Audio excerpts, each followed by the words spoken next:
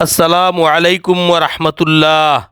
আজ ৬ই রমজান ১৪৪৬ হিজরি, ২২শে ফাল্গুন ১৪৩১ বঙ্গাব্দ, বসন্তকাল, ৭ই মার্চ ২০২৫ ইং শুক্রবার। আমরা আজ এসেছি কুবা মসজিদ, মোহাম্মদিয়া হাউজিং লিমিটেড, মোহাম্মদপুর, ঢাকা।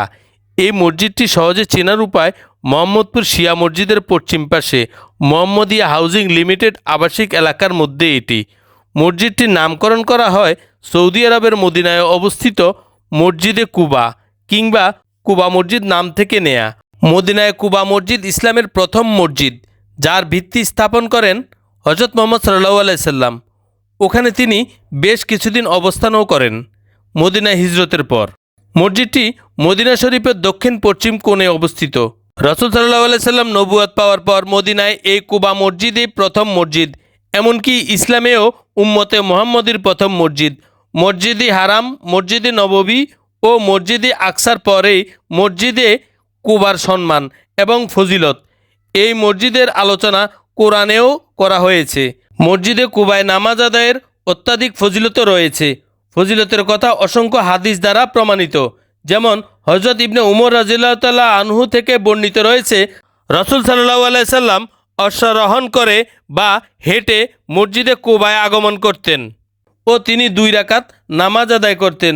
অন্য এক হাদিসে রয়েছে যে প্রতি শনিবারে রাসূল সাল্লাল্লাহু আলাইহি সাল্লাম কুবায় আগমন করতেন। বুখারী ও মুসলিম।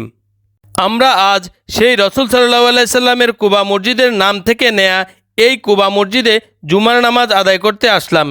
হে আল্লাহ, তুমি আমাদের এই নামের উসিলায় আমাদের নামাজকে কবুল করে নিও। এই মসজিদ ভবনটি 4 তলা, খুব সুন্দর করে টাইলস ও মার্বেল পাথর দ্বারা সাজানো, পর্যাপ্ত আলো ও বাতাসের সুব্যবস্থাপনায় গড়ে তোলা, আধুনিক সুযোগ সুবিধার সমন্বয়ে নামাজ আদায়ের জন্য তৈরি এই বিশাল মসজিদে আমরা জুমার নামাজ আদায় করলাম। আমাদের কাছে খুব ভালো লাগলো। আমাকে উৎসাহী রাখতে ও আপনাদের সুবিধার্থে আমি আপনাদেরকে প্রতি শুক্রবার একটি মসজিদের পরিচয় করিয়ে দিয়ে আসছি।